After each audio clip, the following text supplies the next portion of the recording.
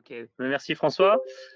Bonjour à tous et donc merci de m'accueillir en tout cas pour ce thème qui me parle puisque bon créer une dynamique de club en tant qu'éducateur sportif ça fait un petit moment que je le fais puisque j'ai pas mal comment vadrouillé un petit peu sur les terrains de basket, que ce soit en Bretagne, en Vendée ou ailleurs. Donc rapidement vous faire un petit sommaire de ce que je vais vous présenter ce matin. Donc, pour moi, comment on crée une dynamique de club, je ferai une petite présentation de mon parcours. Puis ensuite, un parallèle un petit peu sur les clubs de vacances, clubs de basket, avec les rôles de l'éducateur sportif dans chaque service ou commission, en tout cas d'un club. Et puis à la fin, je vous ferai un petit bilan un petit peu sur comment moi je vois le métier d'éducateur sportif au sein d'un club.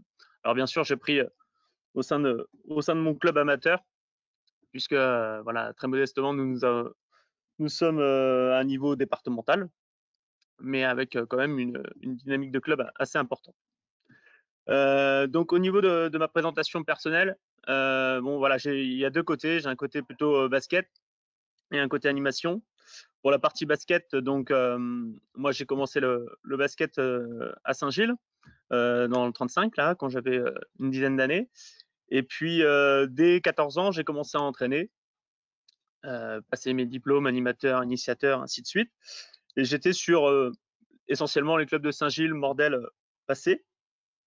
Ensuite, j'ai obtenu mon brevet d'État en 2008, ce qui m'a permis d'avoir un poste de salarié à temps plein sur Saint-Tré et Mordel. Et puis, j'ai terminé une dernière année où là, j'étais plutôt sur 5 clubs différents, toujours sur celui de l'US Mordel, mais avec également des heures un petit peu à droite à gauche. Donc, ça m'a permis d'avoir quand même pas mal de choses de ce qui se passait dans les clubs, parce que j'ai dû faire en tout 7-8 clubs là en entraînement sur une petite dizaine d'années. Après, j'ai fait un petit break et depuis août 2016, je suis arrivé à la Chaise Giron en Vendée. Et là, je suis salarié à temps plein depuis 4 ans. Donc ça, c'est pour mon petit parcours basket. Et dans mon parcours animation, donc j'ai commencé à travailler chaque été à partir de 2008 en camping en tant qu'animateur, puis rapidement en tant que responsable animation. Je me suis ensuite formé dans le tourisme. J'ai eu un diplôme là en 2011 en Vendée. Et puis après, je suis parti 4 ans faire 8 saisons au Club Med, où j'ai commencé en tant que géo sport terrestre, donc au plus bas niveau de l'échelle. Et puis petit à petit, j'ai gravi les échelons pour comment arriver en tant que responsable sport et événementiel sur le bateau de croisière, le Club Med 2. Donc, voilà, j'ai eu un parcours assez riche là-dessus. Je disais toujours que moi, le basket, c'était ma passion, l'animation, ma vocation. Et puis, du coup, je suis revenu un petit peu là sur le basket, mais j'essaye d'allier les deux pour notamment créer une dynamique de club. Donc, pour moi, c'est important de vous présenter un petit peu mon petit parcours. Et c'est aussi pourquoi je pense qu'on m'a demandé de faire cette intervention.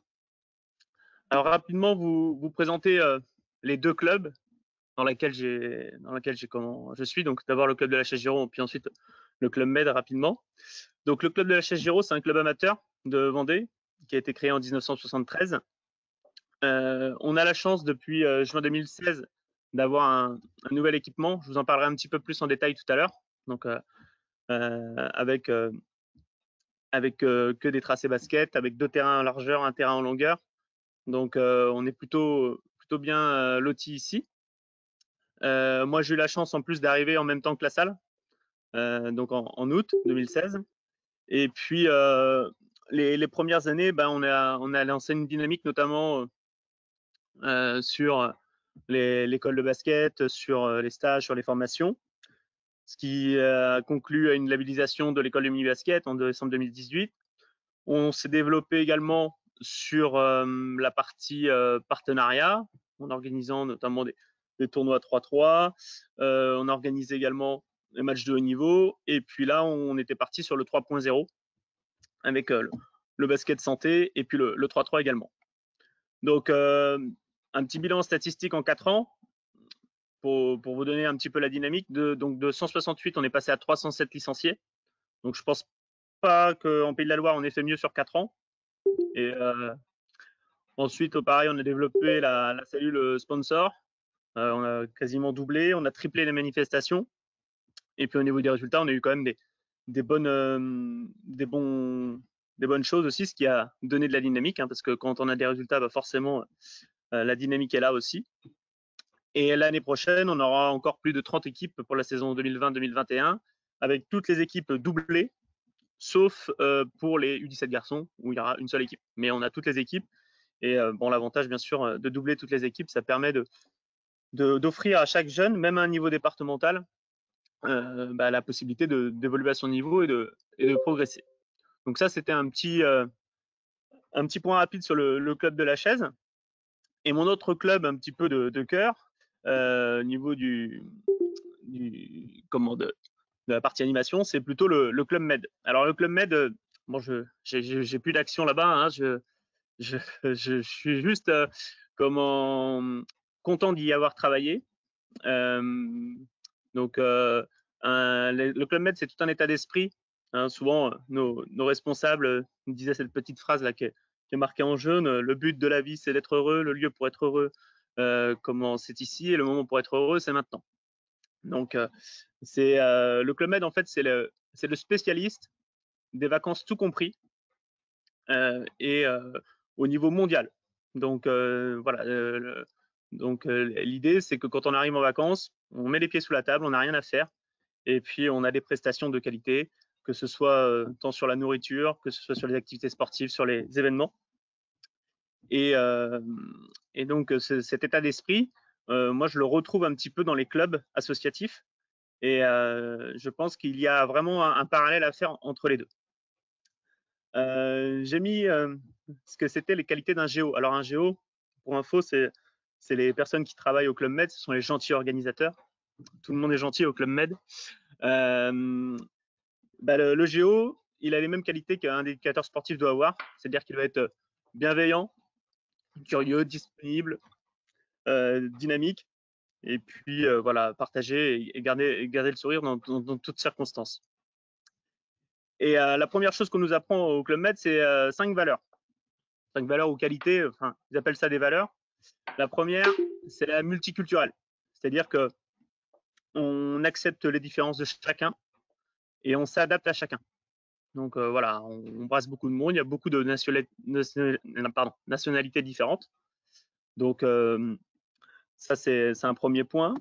La deuxième valeur, c'est un esprit pionnier, c'est-à-dire que on développe des nouvelles choses, on innove, on essaye de montrer des choses qu'on n'a pas encore vues. Ensuite, donc j'ai parlé un petit peu de la gentillesse. Au Club Med, tout le monde est gentil. Il y a les gentils organisateurs, les gentils membres, ce sont les vacanciers.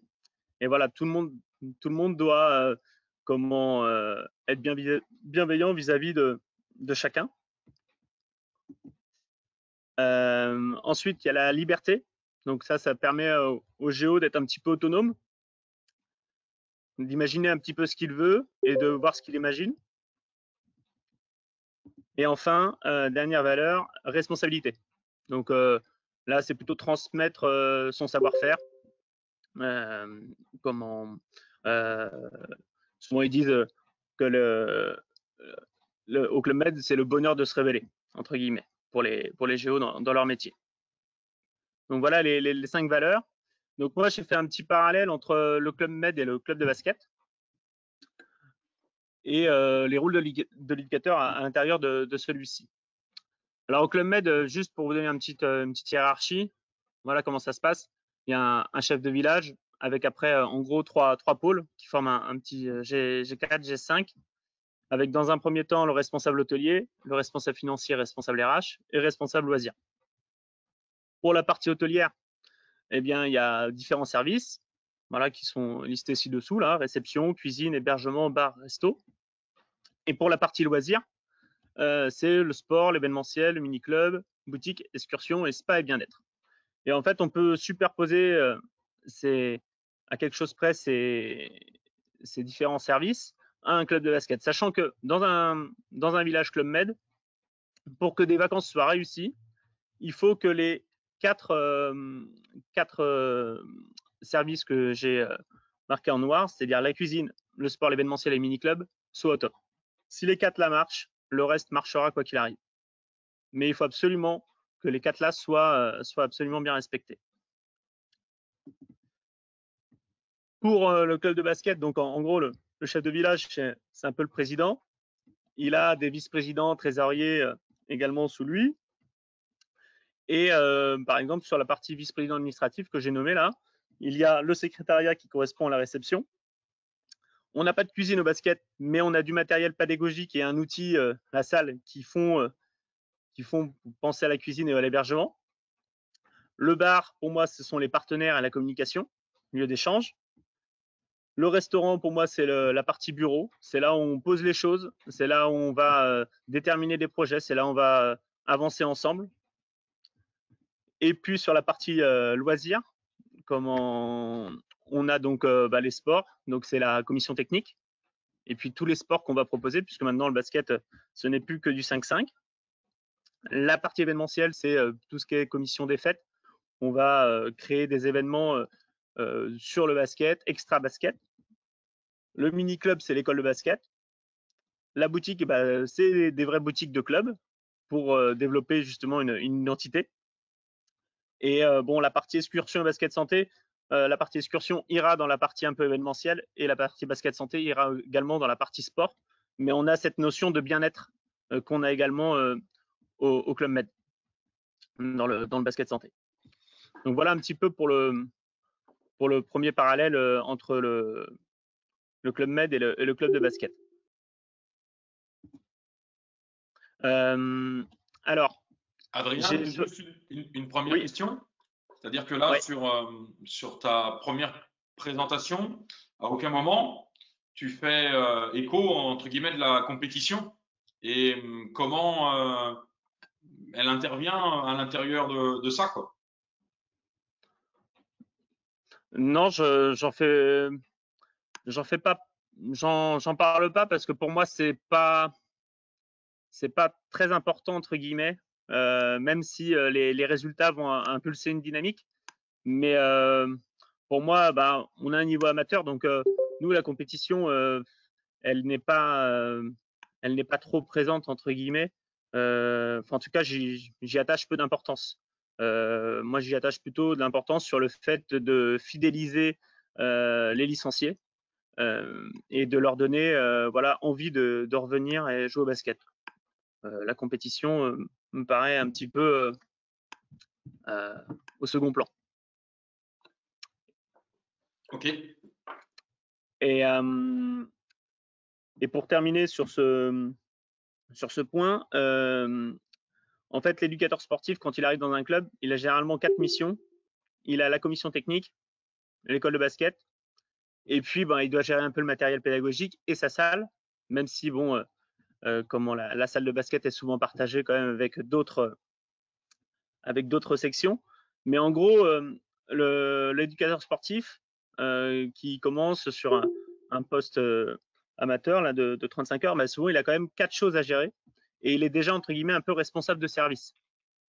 Donc c'est pas forcément évident pour lui. Donc il faut savoir s'entourer, c'est ce qu'on va voir après.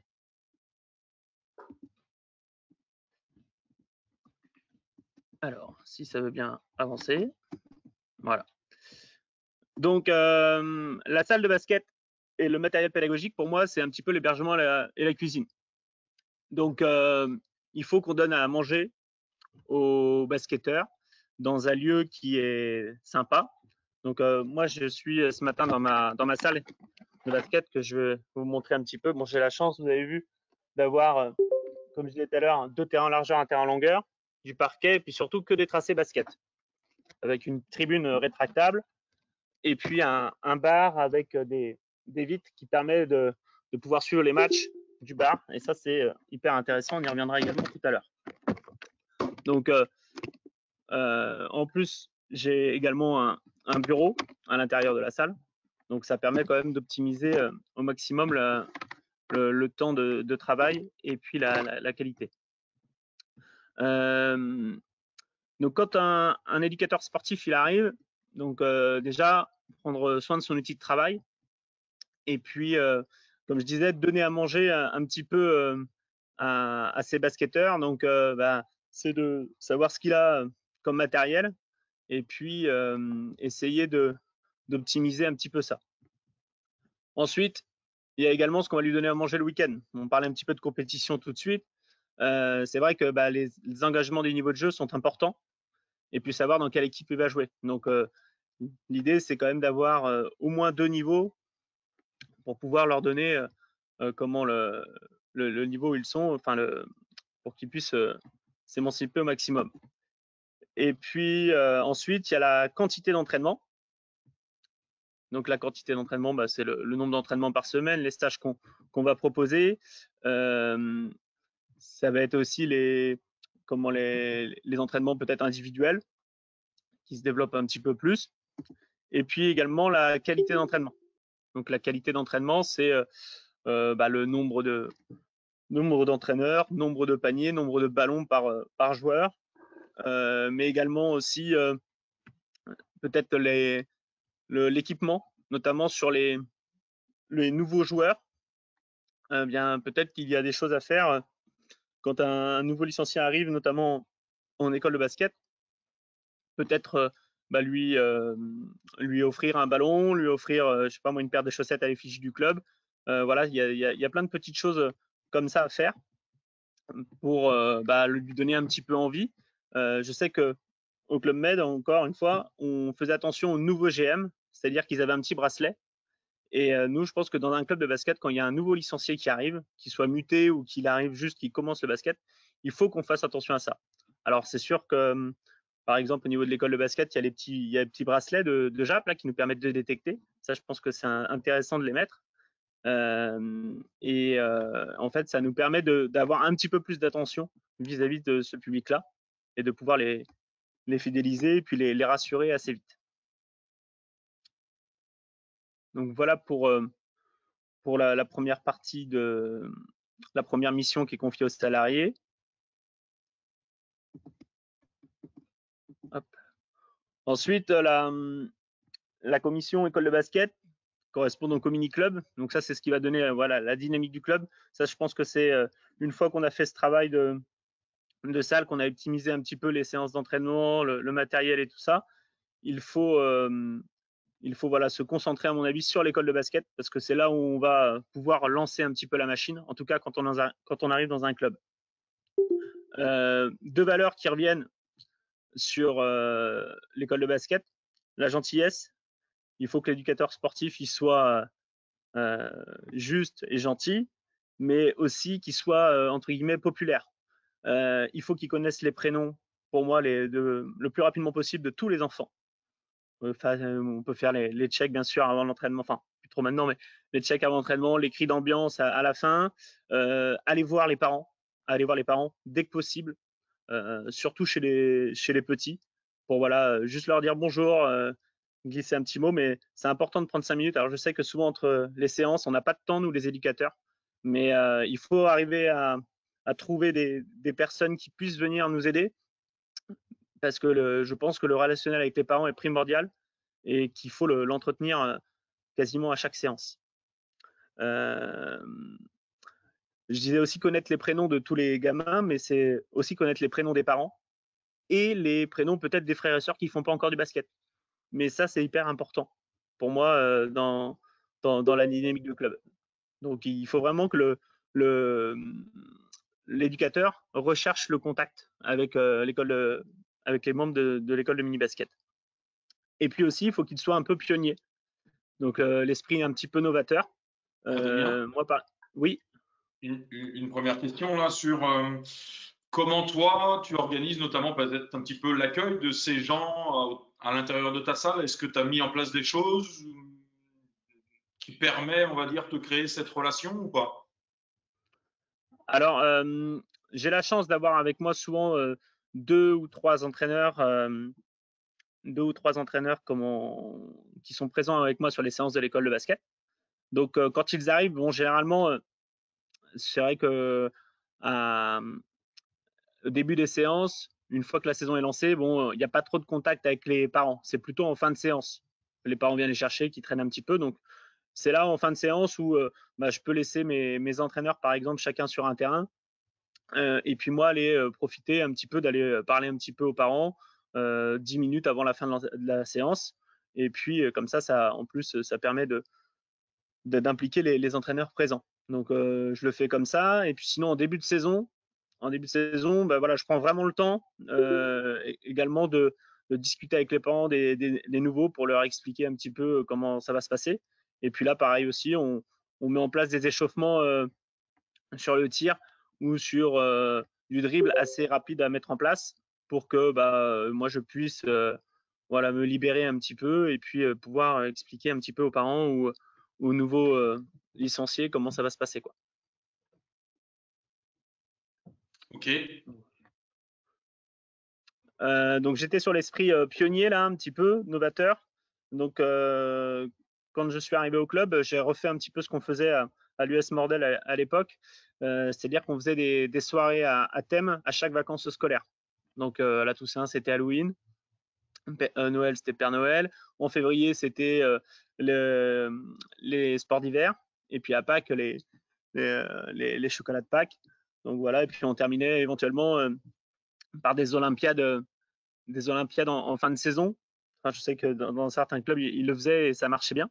Et donc voilà, l'idée, c'était de venir faire du basket, mais un petit peu déguisé. Donc on rassemblait un petit peu U7, U9, U11. On fait les ateliers pendant une petite heure et quart, une heure et demie, où ils tournent toutes les 6-7 minutes avec bien sûr des différents entraîneurs qui sont responsables des ateliers. Donc ça peut être des U17, voire même des U15 des fois, ou des parents. Et du coup, ça permet un peu voilà, de vivre le basket autrement et puis surtout de se retrouver dans un endroit un peu festif avec de la musique, avec la mascotte. Parce que bien sûr, hein, j'ai oublié de dire, mais il y a Mouti qui est avec moi, la petite mascotte du club. Mais ça, pour les gamins, c'est hyper important. Bon, à part deux ou trois qui en ont peut-être un petit peu peur, mais tous, voilà, ils sont, dès qu'ils voient Mouti, ils sont comme des fous. Donc ça, je pense que c'est hyper important dans la dynamique d'un club d'avoir une mascotte pour son école de basket. Alors généralement, c'est plutôt un animal qui va être en référence avec l'historique du club. J'avais vu l'intervention là de Pierre qui parlait également de ses mascottes l'autre fois dans le Périgord là, et je trouvais ça aussi intéressant dans l'identité du club. Donc, donc voilà. Ensuite, nous, ça nous a permis après de labelliser l'école de basket, tous ces petits événements-là. Donc, quand on a labellisé l'école de basket, voilà, on s'est fait une petite chorégraphie pour je vous rassure, c'était pas Jean Ponty ou des toc toc toc. Hein, ceux qui me connaissent, voilà, ils savent que non, c'était une autre choré. Enfin bref, voilà, on avait fait ça de manière assez intéressante devant comment les membres de la Fédé et tout ça. Et puis, qu'est-ce qu'on avait fait aussi de pionnier un petit peu? C'était au niveau du club de Mordel aussi à l'époque, à la fête du mini-basket en 2009, je crois.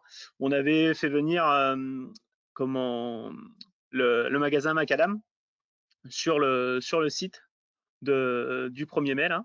Et donc, en contrepartie, il nous avait offert des t-shirts avec marqué staff USM Basket dans le dos. Et puis lui, bon, ça lui avait fait la journée. Il avait 1500 gamins et il avait beaucoup de monde, du coup, qui était venu à sa petite boutique là extérieure. Et puis depuis, je crois que tous les premiers mai maintenant dans le 35, Macadam y est, quoi. Donc voilà, des exemples de nouveautés qu'on avait mis en place également dans le 35.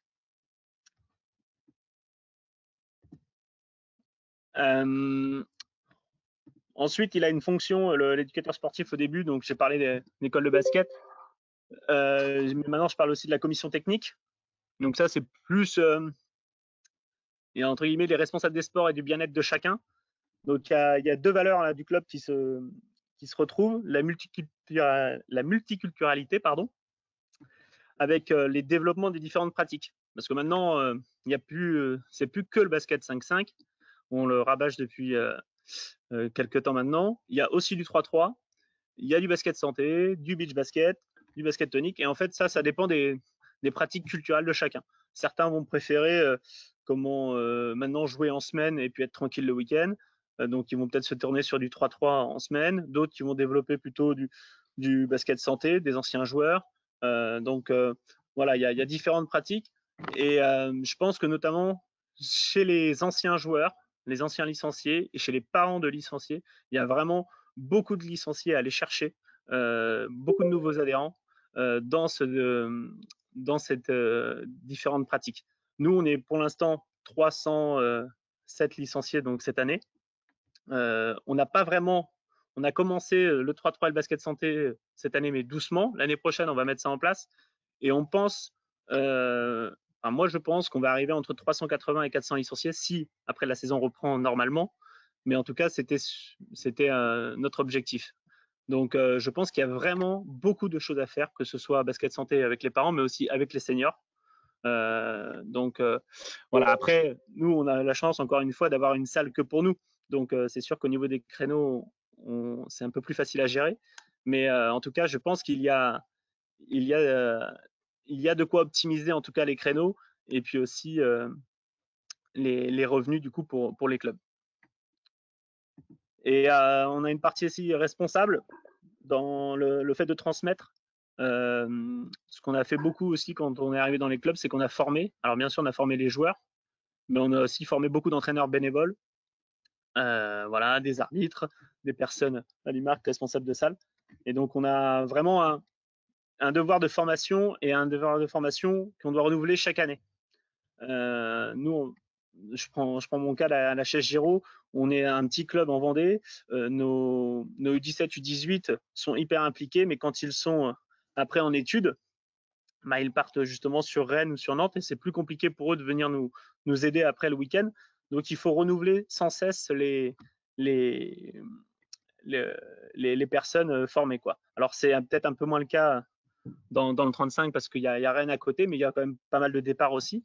Et ça, je pense que chaque club doit en avoir conscience qu'il faut renouveler euh, toujours les formations. Donc voilà, Adrien, ça c'est. il y Oui. a une ou deux questions qui viennent parce que c'est vrai qu'au cours de ta présentation, tu as souvent parlé de il faut aller chercher des gens, il faut être accompagné. Mais est-ce que tu en parles après ou est-ce que comment tu organises un petit peu ça, cette vie? Parce que pour passer de 167 licenciés à 300, forcément, il faut aller trouver des ressources humaines, quoi. Ouais. Eh bien, je vais en parler un petit peu tout à l'heure. Mais ça se fait souvent grâce au contact, en fait. Je parlais tout à l'heure, oui, il faut aller vers les parents à la fin de la séance parce que bah, peut-être qu'en discutant avec le parent, il va te dire bah, moi je suis éducateur sportif ou je suis prof de sport. Bah, si tu veux, je peux te filer un petit coup de main. Et en fait, c'est un petit peu comme ça. C'est le fait de discuter, d'aller chercher un petit peu à droite à gauche les connexions qu'on va réussir à trouver du monde autour de soi. Donc, c'est sûr que quand on arrive dans un club, bah, on ne connaît pas forcément l'historique. Bah, l'idée, c'est de savoir bah, qui a entraîné. Est-ce qu'il y en a qui ont le diplôme, par exemple, animateur, d'autres qui ont le diplôme initiateur, qui a été arbitre. Voilà, c'est essayer de faire un petit état des lieux aussi des clubs pour savoir aussi quelles sont les forces qui sont en présence et puis s'appuyer dessus, quoi. Donc, moi, je pense qu'il faut s'appuyer voilà, sur le contact et sur son équipe dirigeante pour justement être plus nombreux sur le terrain. Voilà, je ne sais pas si ça répond à ta question. Si, bien sûr. Alors, donc voilà, moi, c'est les 4 missions que je vois, enfin, que je vois entre, enfin, les 3 slides qu'on vient de développer là. Pour moi, c'est la première chose qu'on demande aux éducateurs sportifs dans un club. Alors après, je ne sais pas si vous êtes d'accord avec ça ou si vous avez d'autres choses. Là, ce que je vais vous présenter après, c'est plutôt du plus. C'est plutôt le plus, le bonus. Même si le rôle de l'éducateur sportif, il est important dans chaque commission. Mais après, là, ce que je vais vous présenter, c'est du plus. Donc ça se fait pas en un an, ça se fait sur 2-3 ans. Et après, une fois que bah, l'assise est un petit peu mise là-dessus, on peut passer à autre chose.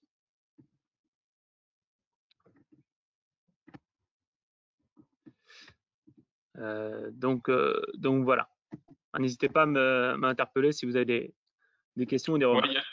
il y a une question qui vient à être posée, c'est surtout, euh, on voit bien qu'a priori, tu as dû développer beaucoup de choses dans ton club. Et est-ce que ça se fait sans avoir à compter ses heures, ou est-ce qu'au contraire, il faut être très près un petit peu du temps qu'on passe dans son club, quoi. Alors, après, j'en parlerai aussi tout à l'heure. Il faut créer un climat de confiance avec son équipe dirigeante. Ce qui me paraît important, en tout cas, c'est que les salariés doivent avoir une journée de congé et pas le dimanche pour aller coacher ou aller jouer ou aller arbitrer. Parce que trop souvent, c'est comme ça. Il faut absolument que le salarié il ait une journée de congé entre le lundi et le vendredi, parce que sinon, c'est pas possible. Donc ça, c'est la première chose à faire. Même si, j'avoue, hein, moi, quand j'ai commencé, il y a des fois, voilà, où c'était pas trop ça, mais c'est hyper important. Si on veut pas foncer le droit dans le mur et lever la tête, c'est un petit peu mieux. Ensuite, donc voilà, il y a ce climat de confiance. Et puis, je pense qu'à partir de là, bah, une fois on a, on a les choses un peu plus réfléchies, c'est plus facile d'enchaîner. Mais pour moi, déjà, il faut avoir un jour de congé. Ce sera plus simple. Après, Ok. pas faire non plus que du terrain. Voilà, c'est ce que je voulais dire dans ma réflexion. C'est-à-dire sur 35 heures, c'est vrai qu'au début, bah, on va faire souvent 20-25 heures d'entraînement. L'idée, c'est que en formant, en s'appuyant sur les forces en présence, peut-être que au fur et à mesure, on va baisser. Moi, par exemple, l'année prochaine, je passe qu'à 16 heures de terrain. Je trouve que c'est encore un peu beaucoup, mais voilà, c'est comment c'est important de descendre un petit peu parce qu'il y a une part administrative qui est plus importante. Ok, moi j'ai une autre question qui dépasse un petit peu le cadre de simplement l'organisation, mais c'est la stabilité du poste, c'est comment toi tu te vois dans un poste qui va perdurer, mais qui évolue. Et notre milieu associatif a pour l'instant un petit peu de mal à rentrer dans des objectifs un petit peu sonnant, trébuchant. Et est-ce que toi, tu es intéressé à la réussite de ton club? Quand je dis intéressé, c'est sur l'évolution de carrière, de salaire, sur, comme tu le disais, peut-être un nombre d'heures de présence terrain un peu moins important. Est-ce que ça s'est négocié? Est-ce que tu as une vision un petit peu sur plusieurs années? Parce que très souvent, quand même, nos associations embauchent et 10 ans après, la personne n'a pas bougé, quoi. Il y a des statuts, des niveaux, des échelons en tant qu'éducateur sportif.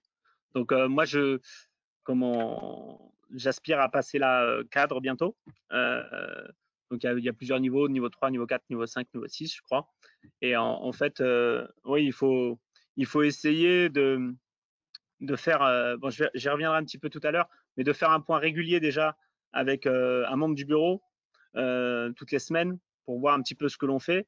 Et puis aussi, ça permet également de savoir si on peut se former, parce que du coup, dans les 35 heures, il faut également un temps pour se former. Là, bon, on a eu le confinement pour se former sur pas mal de choses, mais voilà, il y a des formations en ligne et tout ça qui sont intéressantes à faire.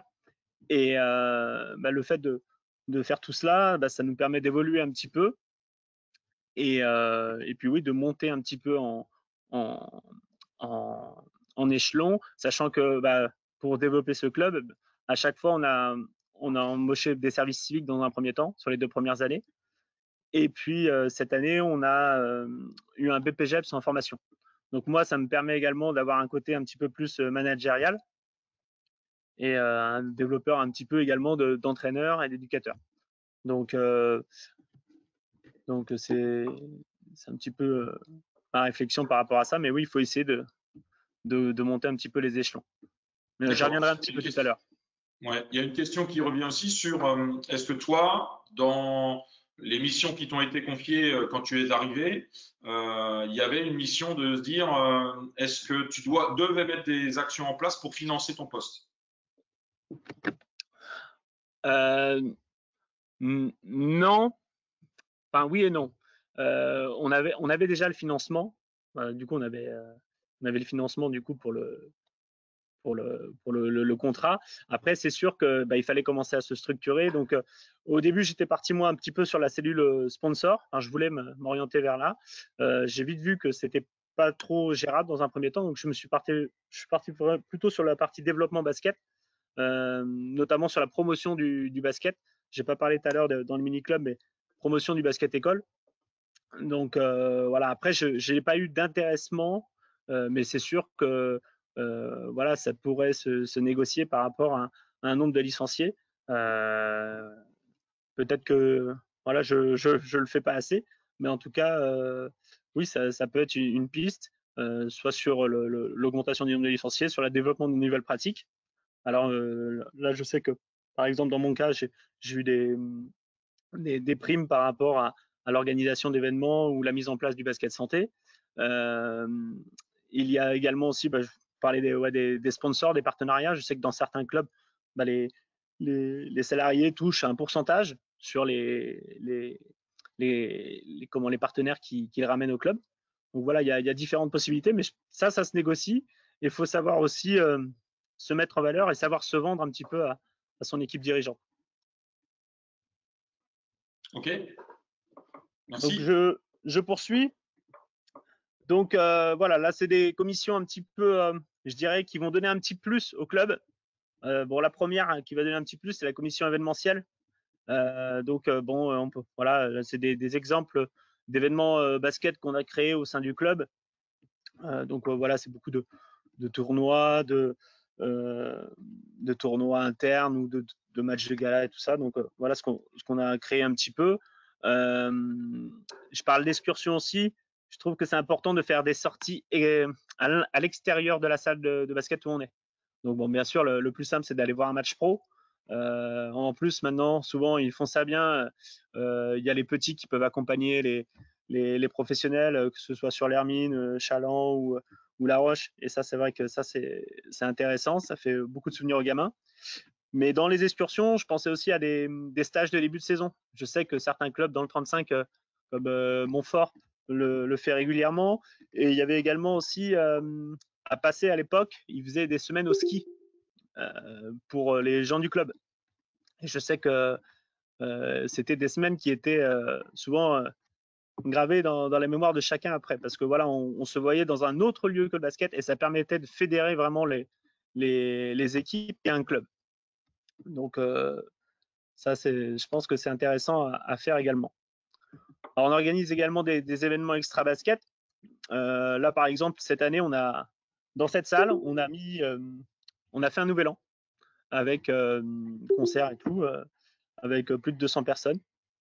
Donc voilà, on a mis bien sûr des moquettes sur le parquet et tout ça pour protéger tout ça. Mais voilà, là, c'est différents événements qu'on fait. On fait des soirées clubs, on fait des concours de belote, des concours de loto, mais ça permet de ramener beaucoup d'argent au club. Et ça te permet également de développer peut-être maintenant un deuxième emploi chez nous. Donc voilà, ça c'est important. Le rôle de l'éducateur là-dedans, c'est pas d'organiser tout ça, hein. Le rôle de l'éducateur, par contre, c'est de, je pense, promouvoir et de participer quand même un petit peu de façon bénévole de temps en temps sur ces actions-là, parce que si on ne fait pas un petit peu de part de bénévolat sur ces actions-là, en fait, on va aller un petit peu contre la dynamique. Alors, je dis pas qu'il faut sur chaque action faire du bénévolat, mais très souvent, nous, on s'organise comme ça, par exemple, au club. On propose en début de saison aux seniors, par exemple, de participer à 2 ou 3 animations sur du débarrassage, de la mise en place et tout ça. Je pense que le salarié, il doit faire au moins la même chose, hein, parce que c'est aussi pour lui qu'on le fait, pour pérenniser le club et pour pérenniser son emploi. Donc, voilà, il faut en faire un petit peu, mais pas trop non plus pour voilà, s'économiser un petit peu. Ensuite, la commission boutique. Alors, vous voyez, j'ai mis mon petit polo. Identité forte au club. Il en a parlé également, Pierre, il y a 15 jours. Je pense que c'est très important de faire des boutiques internes au club. Nous, il y a un produit qui a beaucoup marché là, ces derniers temps, c'est la chaussette avec les mouettes et tout là. Et je pense que sur les logos des différents clubs, au niveau du basket, la chaussette, c'est quand même important. Donc, il y a plein de choses à faire là-dessus. Et puis, comment il y a une sorte de dress code à avoir, c'est-à-dire que le samedi, le jour du match, on met notre équipement, quoi. On met notre polo, on met notre veste des mouettes, notre pantalon. Ça permet d'avoir une identité forte. Donc, je dis que souvent, l'éducateur sportif, les coachs, et même la mascotte sont le modèle du club. Nous, on a fait des pulls de coach cette année pour tous les coachs des équipes, alors qui nous rendent bien sûr à la fin de la saison quand même. Et du coup, ça permet quand même d'avoir un certain standing auprès des autres clubs, parce que du coup, voilà, on arrive dans une salle, tiens, on sait que c'est lui le coach, il a son pull, c'est marqué derrière, et c'est vrai que c'est intéressant. Les produits dérivés avec le logo du club. Alors, les produits dérivés, ça peut être des petits verres comme ceci là. Nous, on a fait également, j'ai même ma coque de téléphone, vous avez vu ici, mais ça peut être comment des porte-clés, des autocollants.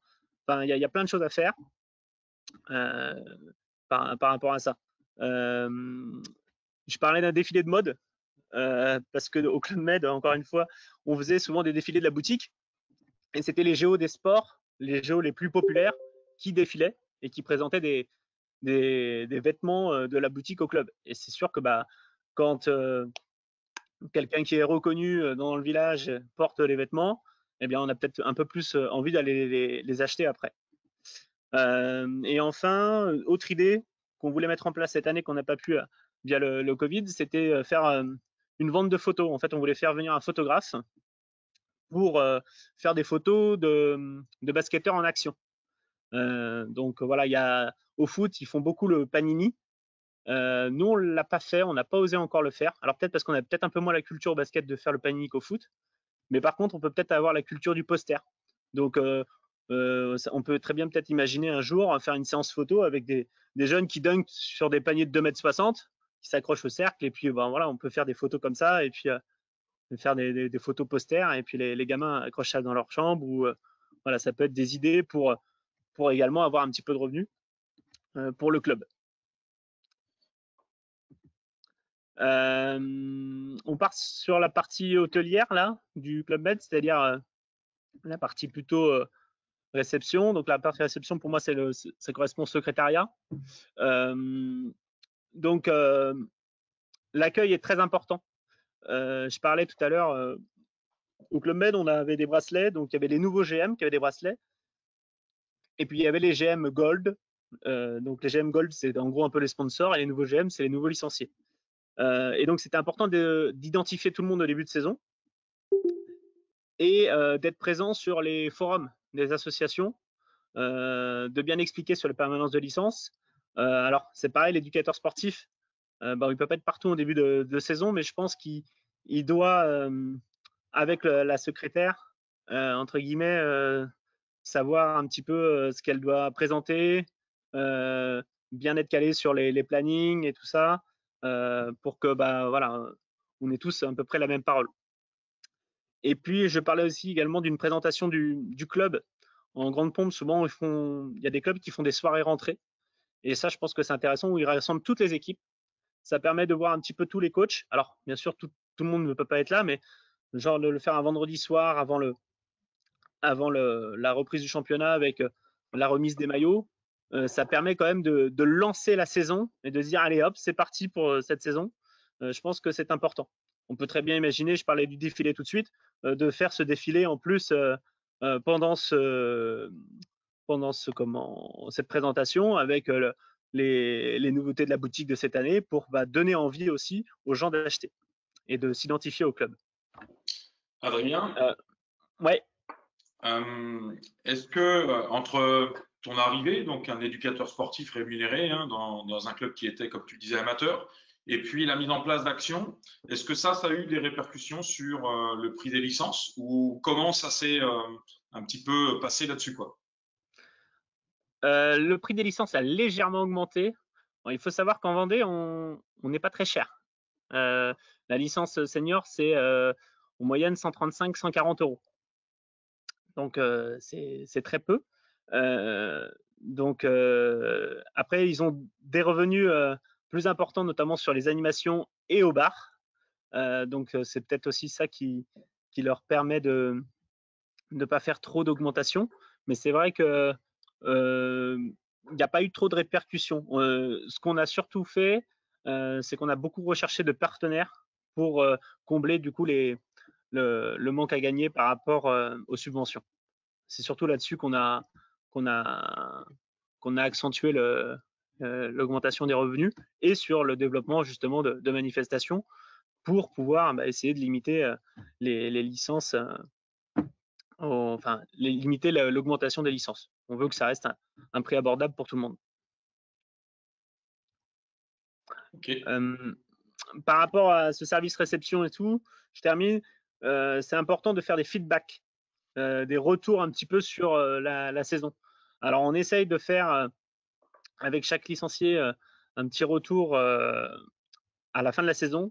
J'ai mis mi-saison, ce serait bien aussi. Là, on n'a pas forcément le temps de le faire, mais c'est important de savoir comment les gens se sentent et pas attendre la fin de la saison pour savoir alors tu as passé une bonne saison et essayer de savoir déjà si au milieu de saison tout va bien.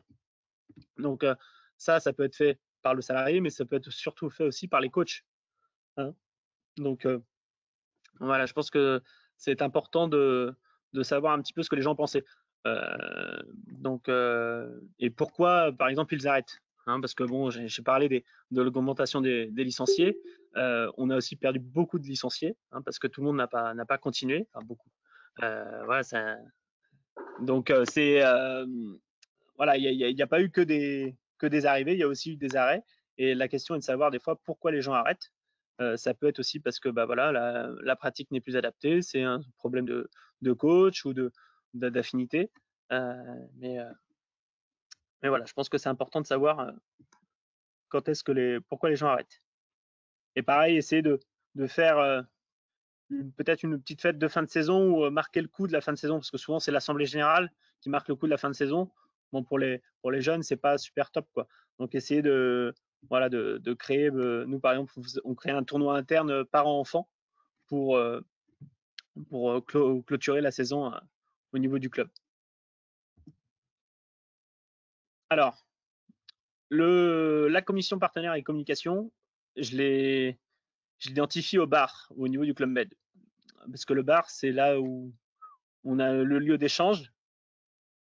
C'est là où tout le monde se retrouve. Et c'est là, en fait, où les affaires vont se conclure un petit peu. Voilà, il y a également la visibilité des partenaires. Donc, pardon.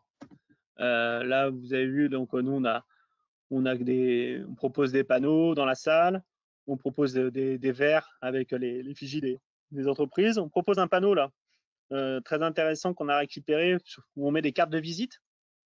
Donc voilà, ça permet d'être visible aussi pour nos partenaires. Et puis en haut là, où il y a l'espace rouge, on met le partenaire du week-end en affiche à 3 là. Parce qu'on a un partenaire chaque week-end pour les matchs seniors.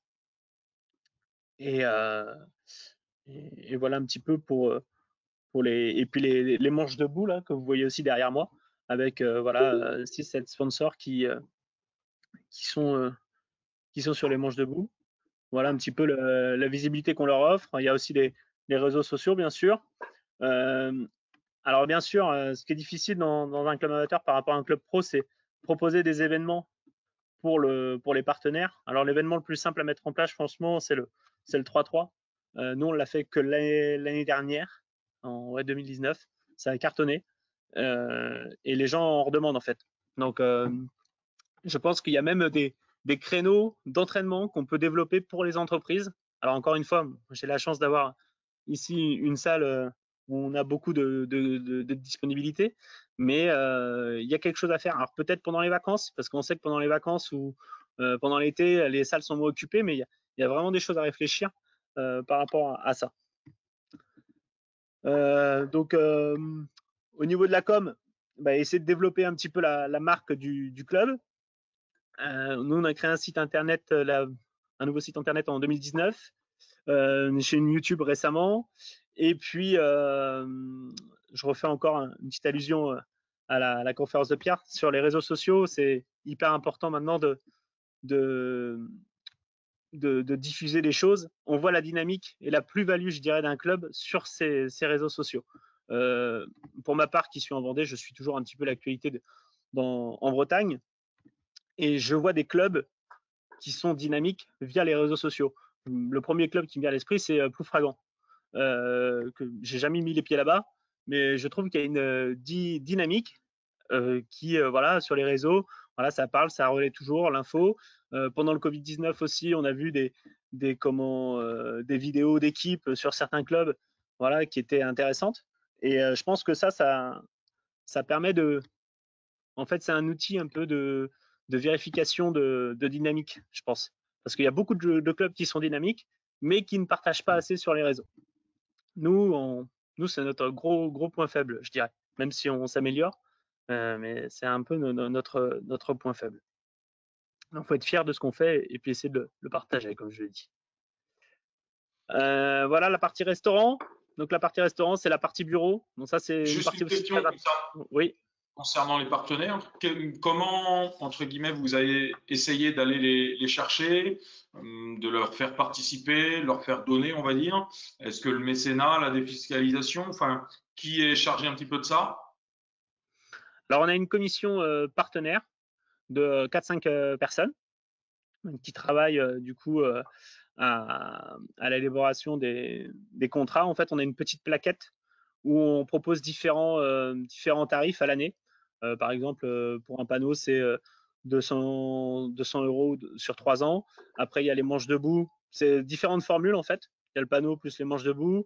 Ensuite, il y a comment les panneaux au-dessus des tables de marque euh, qui sont un peu plus chers. Il y a des panneaux qui sont, enfin voilà, c'est en fonction des emplacements et puis enfin il y a différentes formules qui sont proposées. Après voilà, ils sont plusieurs à aller chercher les gens. Moi, dans le rôle que j'ai à l'intérieur de cette commission, bah, c'est aussi des fois de dire bah tiens, il y a le papa d'un tel, il travaille dans une banque, il voudrait bien être sponsor. Donc moi, c'est de relayer un petit peu ces informations-là. Et puis eux, ensuite, ils assurent le suivi. Donc ils vont chercher dans un premier temps le entre guillemets l'argent un petit peu. Et après, voilà, il faut que il y ait une personne qui soit un petit peu sur le suivi. Alors on l'a pas encore, mais j'ai noté les idées de Pierre encore une fois sur les newsletters ou sur les messages réguliers là pour annoncer les résultats des équipes et tout ça. Donc voilà, nous on s'organise voilà un petit peu comme on peut pour l'instant. On met ça en place. Voilà, en tout cas, on est passé d'une vingtaine de sponsors à plus de 50, sachant qu'on a vraiment commencé que cette année à aller chercher les sponsors. Ok, pardon, c'est bon.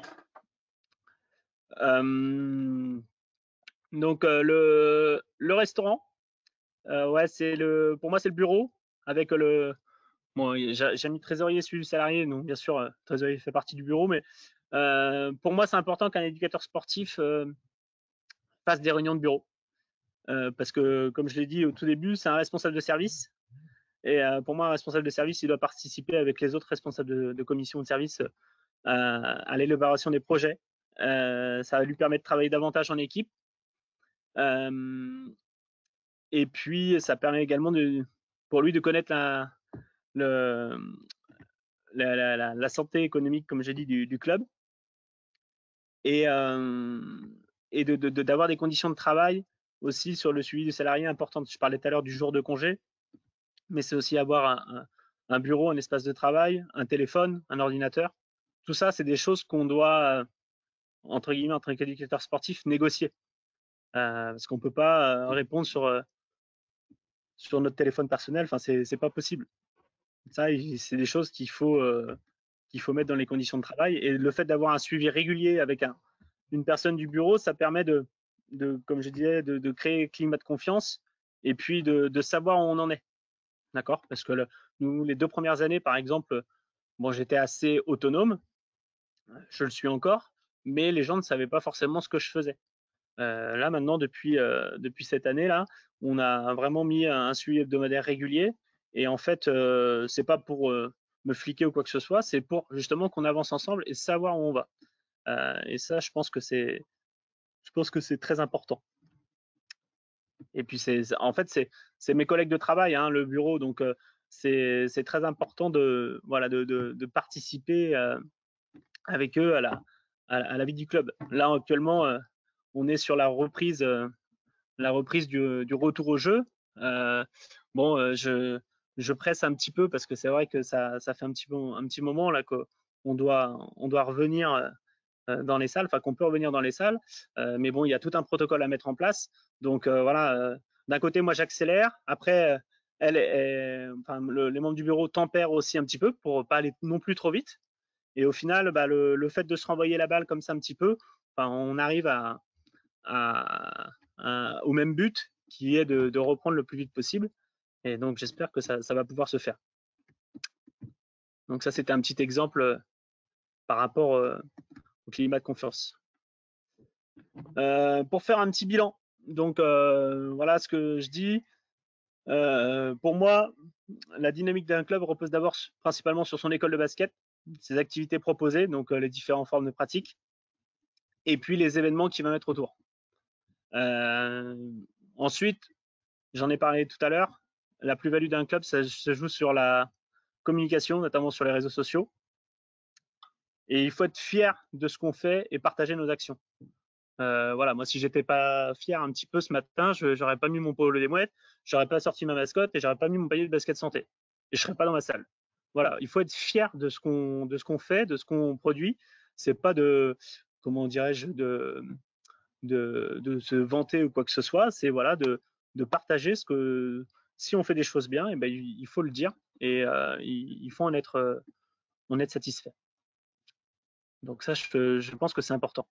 Il y a trop de choses qu'on fait qui ne sont pas répétées ou partagées. Alors, quel avenir pour le métier d'éducateur sportif? Alors moi, j'ai pris un petit peu mon cas, mon expérience, pour refaire un petit parallèle encore avec le Club Med. Quand je commence Géo Sport Terrestre, je passe responsable des sports puis responsable loisirs. Après, j'ai plus qu'une marche chez le chef de village. Bon, moi, je me suis arrêté responsable loisirs. Mais pour un club de basket, comment il y a l'éducateur sportif qui est déjà responsable de service, qui va entraîner et former des entraîneurs bénévoles. Et puis ensuite, quand il aura formé un petit peu tout ça, peut-être qu'il aura un deuxième collègue qui sera éducateur sportif, moi ce qui va être mon cas l'année prochaine, à mi-temps. Donc on sera peut-être manager sportif, donc on va chapeauter un peu plus. Et après, manager sportif, je veux tendre à être développeur de club.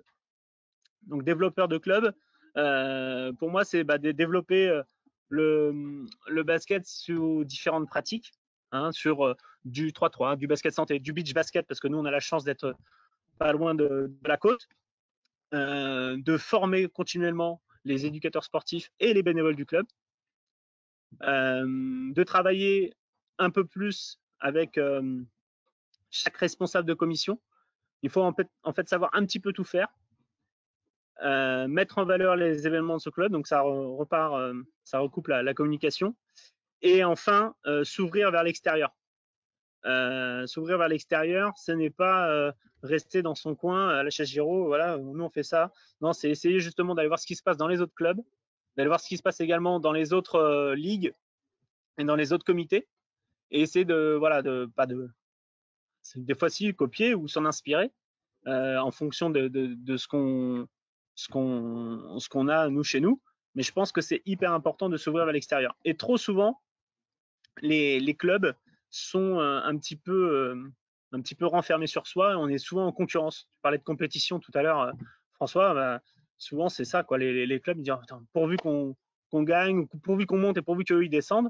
Et bon, c'est pas trop comme ça que je le vois. Moi, je pense qu'il faut essayer voilà, de s'ouvrir un petit peu vers l'extérieur et puis essayer de souhaiter le meilleur pour son voisin. Parce que généralement, en fait, quand la dynamique d'un club ou de clubs qui sont aux alentours qui est Et pour tout le monde, bah, après, ça peut faire quelque chose d'intéressant.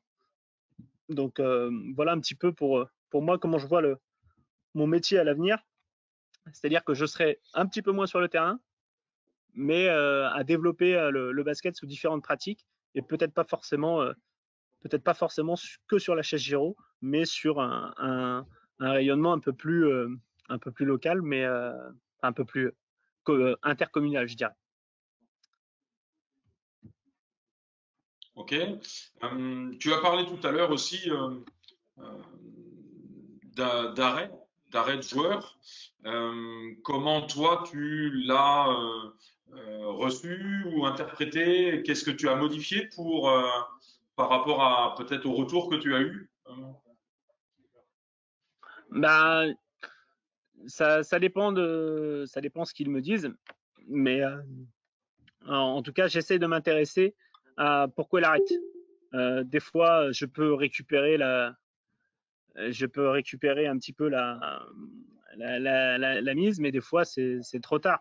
Mais en discutant avec lui, ça peut être justement, enfin, la personne qui souhaite arrêter, c'est parce que justement, il a un autre esprit du basket. Et ce qu'on peut présenter justement avec les nouvelles formes de pratique, c'est que bah, peut-être qu'il y a une autre pratique qui va lui correspondre.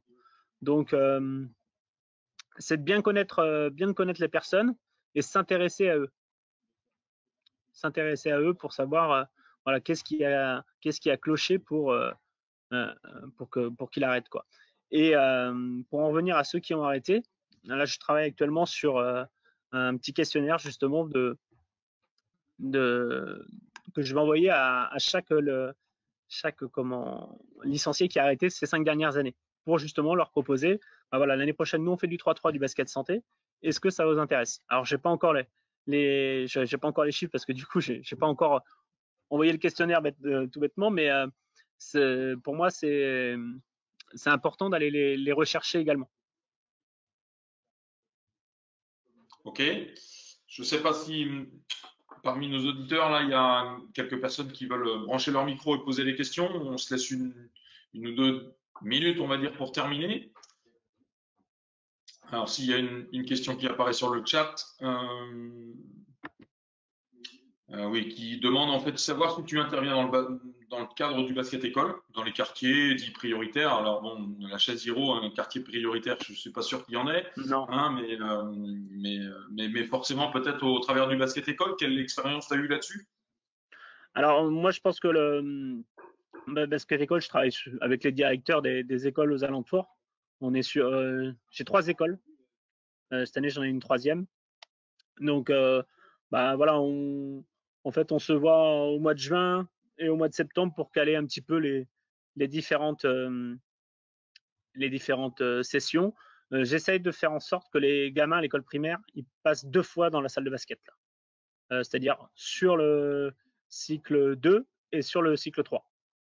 Donc, cycle 2, c'est je crois, CP à CE2, cycle 3, CM1, CM2. Et il faut que chaque élève, entre guillemets, essaye de passer 2 fois. Si on s'organise bien, si je fais 1 heure par semaine de basket école, je vois, et que je fais 5 cycles en tout, parce que du coup, il y a 5 cycles dans l'année, je peux voir 150 gamins. 150 gamins en tout. Donc, il faut arriver à bah, ça fait 1 heure, 1 heure et quart, 1 heure et demie, le temps de la mise en place et tout peut-être.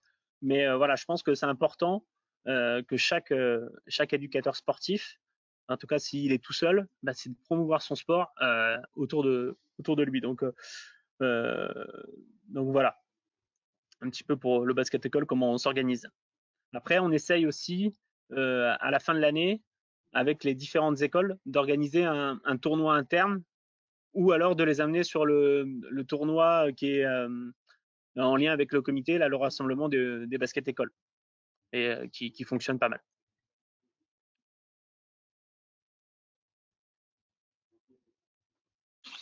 Ok. Écoute, Moi, j'ai une question, moi aussi, François. vas-y. Certains éducateurs sportifs de club hein, sont vraiment dirigés vers l'entraînement. Là, tu as bien expliqué toi, ta vision des choses par rapport à ce poste d'éducateur sportif qui est un petit peu spécifique et qui est un peu différent de celui d'entraîneur. Est-ce que, quelque part, tu n'es pas frustré de temps en temps de ne pas aller plus sur de l'entraînement? Par moment, ça m'est peut-être arrivé. Là, cette année, on a créé une équipe U13 région. C'était la première fois au club qu'il y avait une équipe U13 région. On a eu le dossier. En termes de résultats, ça n'a pas été concluant parce que on était tout seul à travailler au niveau du club. On n'est pas encore avec nos clubs voisins. Pourtant, il y avait une équipe à 15 minutes de chez nous qui était en région aussi. On a terminé tous les deux derniers, hein, pour info. Mais du coup, c'est vrai que j'ai pas pu j'ai délaissé entre guillemets un petit peu ce projet région, on va dire, par rapport au reste du club. Pour moi, c'est plus important l'ensemble du club qu'une seule équipe.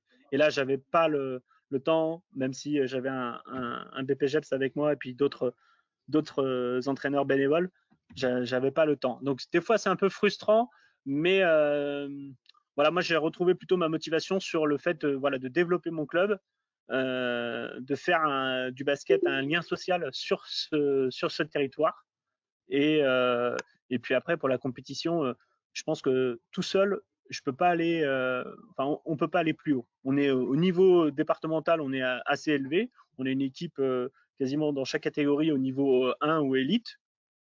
Et puis voilà, moi ça me va très bien. Après, nos meilleurs joueurs, s'ils ont l'occasion de partir sur des championnats région ou France, ils le feront.